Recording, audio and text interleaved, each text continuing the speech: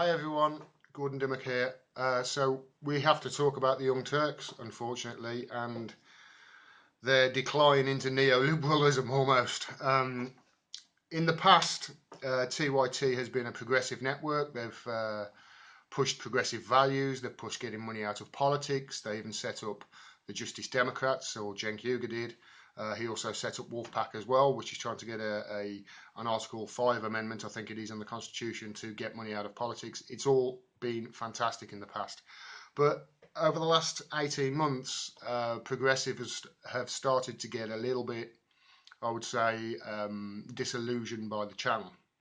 And the reason for that is it all started when Hillary won the nomination for the Democrats for the 2016 election. And they all, as a man, apart from two people, came out and said, you must vote Hillary Clinton. It was a bitter pill to swallow. Cenk did a video, a segment on it. But they were telling people, if you don't vote for Hillary Clinton and Trump gets in, then you have to take the blame for that, or take some of the blame, which is kind of adult children of alcoholics, that sort of thing. It wasn't great, shall we say. It was a bit preachy, and progressives were turned off by it. Now, they had the journalism drive at the beginning of 2017, of which I donated to. They hired some fantastic people. They hired Namiki Const, Jordan Chariton. I think that journalism drive also meant they hired Dylan Radigan as well, although he might have been there before. So they employed some great people and did some great work, and I sort of forgave them for switching over to the Hillary camp in 2016. However, in August of 2017, there was an announcement that there was a $20 million investment in TYT from a conglomerate of companies, if you like, headed up by a guy called Jeffrey Katzenberg. Now, I didn't know who he was, so I did some research on him. And what I found out was not good at all. Jeffrey Katzenberg was a big proponent of Barack Obama from 2012 onwards. And in 2016, he donated $3 million to the Hillary Clinton campaign, and also did several fundraisers, one of which was at his mansion, $100,000 a pop. So this is a guy who is well encamped in the DNC.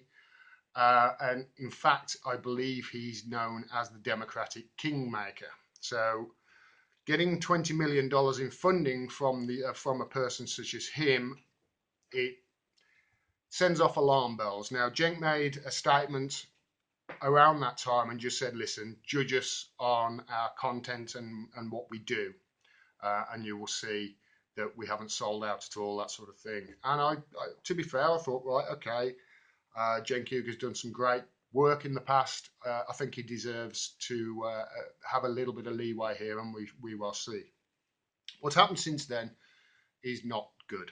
And it's come to a head in the last couple of weeks, and I am now of the opinion that the Young Turks TYT network is not all it seems, and there's things going on behind the scenes. Now, it started with Jordan Chariton, one of the people they hired when they did their journalism drive at the beginning of 2017. Jordan Chariton is a great investigative journalist. Many people don't like him, and I understand that, but there's no question that he has done some great journalistic work in the past, especially on Flint and Chicago. As far as I'm concerned, he's done some great work. He ended up having an affair with a woman who was married, who worked for him, not on TYT, but for his side project, Truth Against the Machine. And this woman had a bit of a beef against him, and there was a bit of a witch hunt. She was almost at one stage blackmailing Jordan Chariton, and Jordan Chariton had to go into the Young Turks, say to Cenk, listen, this woman, we've had an affair. As far as I'm aware, Jordan Chariton is single, so that's fine. They had a relationship. and he was fired as a result. And at the time, I thought, well, that's strange. He's okay. He's had an affair, but it's not really anything to do with the Young Turks. I believe it was in a hotel room. The whole thing started in a hotel room that the Young Turks were paying for, but it wasn't on the Young Turks' time. Cenk released a video about it to explain what had happened, and his words were, let me get this straight, I have to protect the staff here at TYT. And that was like, whoa, hold on a minute. Jordan Chariton's had an affair. He's not a sexual predator. Now, Jordan, who had released a statement before that, said that, hey, maybe there's something going on behind the scenes. Cenk just said, I don't know what that means. Now, that was obviously wrong. Cenk knew exactly what that meant. It meant that these people who had invested the money were pulling the strings. And Cenk just said, oh, I don't know what that means. He didn't even address the matter at all. Now, at that time, I thought, okay, this is bad, but, it was about the time the whole Me Too thing was starting to come out. There's obviously a huge backlash against the sexual predators. All power to them. It shouldn't be like that, but I don't think Jordan Chariton was necessarily in that camp. He certainly wasn't, doing anything like Louis C.K. did or Kevin Spacey. It wasn't to that level. He just had an affair with a woman. It was consensual.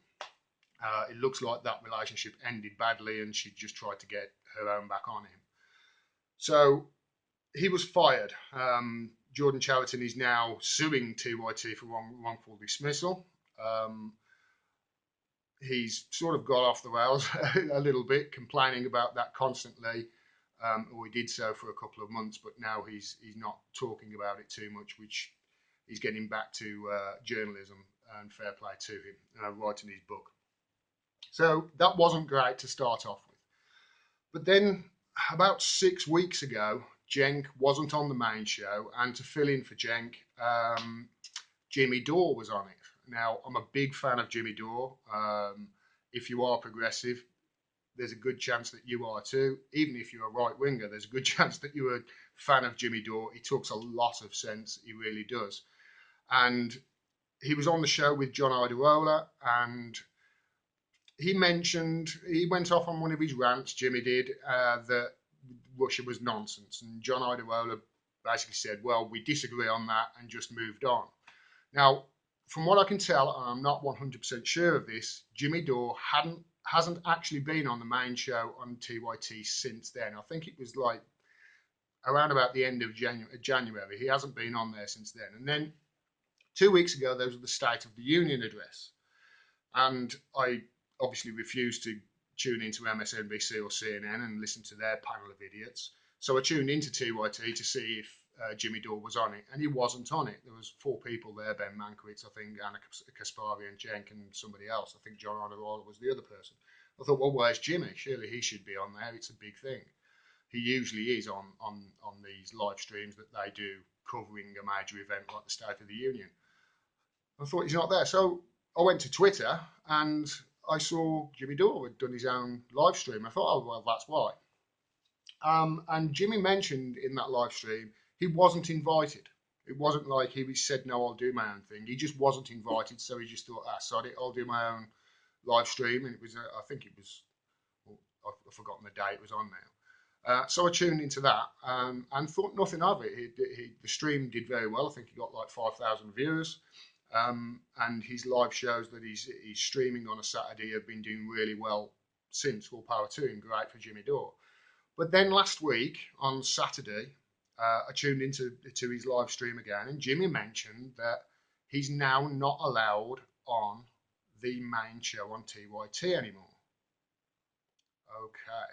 Jimmy Dore, the most liked and followed person apart from Cenk and Anna, obviously, on TYT, isn't allowed on the stream anymore, on the live show. So why is that? And that's the point where I started thinking about things and started thinking, okay, there's something nefarious going on with TYT. This investment is obviously having a huge effect on the way they report. If you look at TYT and you are a viewer of them, as I, not so much now, but I was, you will know that in the last year they have been following very much the MSNBC, CNN, mainstream media narrative: Russia, Russia, Russia, Trump, Trump, Trump. And many people, myself included, in fact, I'm writing a book about it right now, which will be out in the next couple of weeks on Amazon, don't believe that Trump had anything to do with Russia at all. There's no proof of it. Any stories that come out about Russia and Trump and connecting them both, they tend to be dispelled and debunked very, very quickly. There's a whole list of them I've put in the book. There must be 10 or 12 examples where the media weren't just wrong on it or slightly incorrect. The whole article just had to be retracted because it was totally false. 3 people at CNN got fired, that sort of thing. And what TYT do, because they actually don't do much investigative journalism anymore, but since Jordan Chariton, I know they've got TYT Investigates, but they're just following that line. It's almost reporting. What they're doing now is almost reporting on what's being reported on MSNBC and CNN. On my screen here, I've got the latest videos of TYT on their channel. Trump exploits NFL. Trump chickens out on Mueller. The method to Nunes memo madness. Picture of Trump. Who's getting rich off Puerto Rico suffering? That's surely got Trump in it, although I haven't seen it. Mark it up, hail Trump. Mark it down, thanks. Sean Hannity, Trump. Then there's 2 stories, one about Ryan Seacrest, one about Uma Thurman. And then Trump isn't bragging about the stock markets anymore. Something about televangelists and Trump. Something about Trump and get rich and poor by poor dying or something like that. Then John Kelly treat. It's all Trump, Trump, Trump, Trump, Trump. And I'm surprised actually there's nothing there about Russia. But if I scroll down, Papadopoulos, Russia, Russia, Russia. So that is basically all they're reporting on now. I haven't seen a report on TYT about Flint for ages. Flint still have dirty water as far as I can tell, and there's nothing about that on their channel recently at all. So they've certainly been following and towing the Democratic corporate line. And when you look at the evidence, it does make you think, okay, this 20 million investment, it's had an effect. Now, Cenk will say, no, it's not. They've invested the money in so we can expand. Of course they have. They've invested the money in, they can expand. But what Cenk doesn't address is the fact that the whole point of Wolfpack and Justice Democrats and TYT, their message as well, is we need to get money out of politics. Why do you need to get money out of politics? Well, because if a giant corporation invests money in a politician's campaign, then obviously a politician is beholden to that person. Now, TYT and Cenk know that it's not a case of I'll give you this money and then you give me that. It's all done on a wink, wink, nudge, nudge basis. Now, it's the same with the media, unfortunately. It's the same with the media, and Cenk will again back this up. If you talk about MSNBC, well, why are they having advertisements for Raytheon and Boeing on their channel? Is it because they're selling, 747s and Tomahawk missiles to the viewers? Well, no, they're buying the silence. They're buying a narrative by the channel. It's not done wink, wink, nudge, nudge. It's all done wink, wink, nudge, nudge. It's not a case of they've had a conversation and slashed this out. So Cenk knows that this is going on. He's reported on it many times. So why is it any different when when giant corporations headed up by somebody who is a big fundraiser for the DNC in the past has injected a huge amount of money into TYT? $20 million is huge. It's massive. So that is going to buy something. That's not going to be just an investment opportunity. That's going to buy something. These people who have invested money are going to have some sort of influence over what TYT reports on. And if you actually look at what they've been reporting on over the last 18 months, certainly since Jordan Chariton's gone, and certainly since August when they had this investment from $20 million, they are really pushing they are pretty much MSNBC on steroids. That's all it is now. And it's really sad to say. I've just brought up the TYT channel. If you go to the Jimmy Dore show, talking about Chris Christie getting a job at ABC, net neutrality, a great segment on from Katie Halper, an interview with her, who interviewed Juanita Broderick, who Bill Clinton allegedly raped. Something about the Dow Jones, explaining why the Dow Jones dropped. Not that the Dow Jones was up, so Trump was yay, and then it was down and it was silent. No, he explained why it happened, which is informative. TYT didn't do that. They went down the Trump-Russia route. I'm sure they did explain what happened in the segment, but that's not their title. Then you've got Black Lives Matter protesters arrested during Super Bowl protest. Something about cops caught carrying fake guns. None of this is on the TYT channel, certainly not in the last page or so. So Jimmy is reporting on stuff that the people want to hear and need to know, and TYT are pushing Trump, Russia, Russia, Russia, which is exactly what CNN and MSNBC do. And I think there must be a connection between this and Jimmy Dore no longer being allowed on the main show. And it is really, really unfortunate because we need voices like Jimmy Dore's on TYT. We really do. TYT has got a much bigger reach than any of the independent channels like Jimmy Dore or Secular Talk or Humanist Report or anything like that. So having that voice on there to balance things out, it really did help. And many people are being turned off by TYT. I see it in the forums and on social media a hell of a lot in the last 6 months. And I know personally I've been turned off by the way they are preaching this Russia stuff. I mean, at one stage, Anna Kasparian looked into the camera and said, "I'm sorry, if you don't believe the Trump-Russia story, then you're ridiculous." She said that into the camera. And I sat there and I thought, who the fuck are you to call me ridiculous?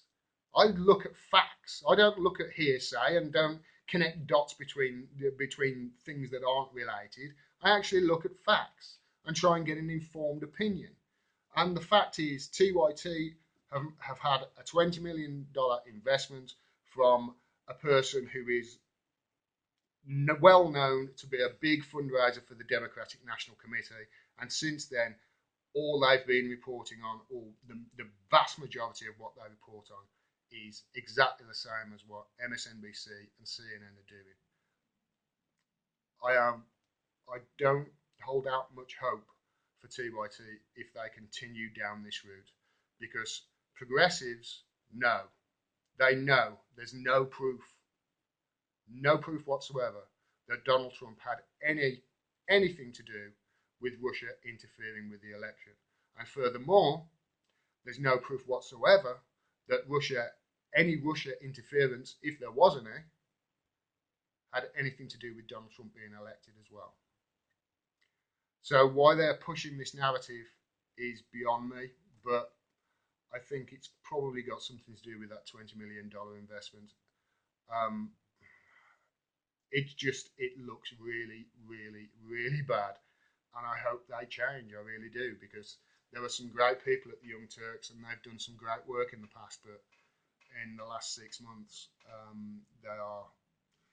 they're going down a path that if they continue going down, there's going to be no return from, and people are just going to lose trust in them. I know I have lost trust in them, and I know many other people have lost trust in them. If you disagree, put it in the comments below.